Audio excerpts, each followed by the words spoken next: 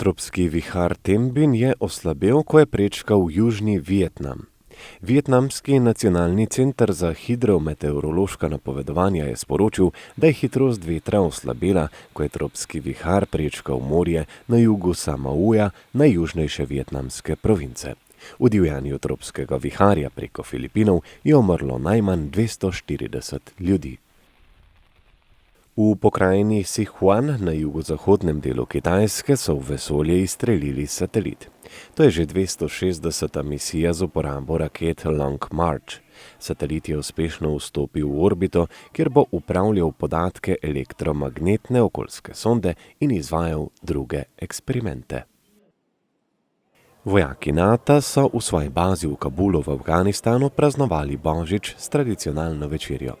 Na območju Afganistana je več kot 3000 vojakov NATO, ki skrbijo za mir na tem območju.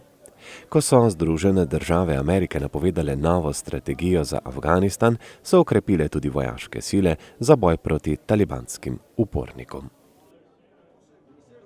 Uradno pa se je začela zimska ribolovna sezona na jezeru Šagan v mestu Songhuan v severovzhodni kitajski provinci Jilin.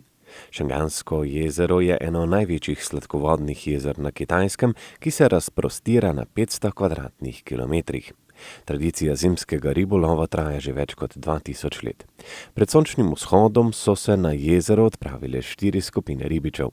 Glavna naloga tega dne je v jezero spustiti mrežo široko 2000 metrov. Zaradi neugodnih zimskih razmer je led tanek in prepušča svetlobo. Tako se ribe hitreje in lažje gibljejo, to pa otežuje ribolov.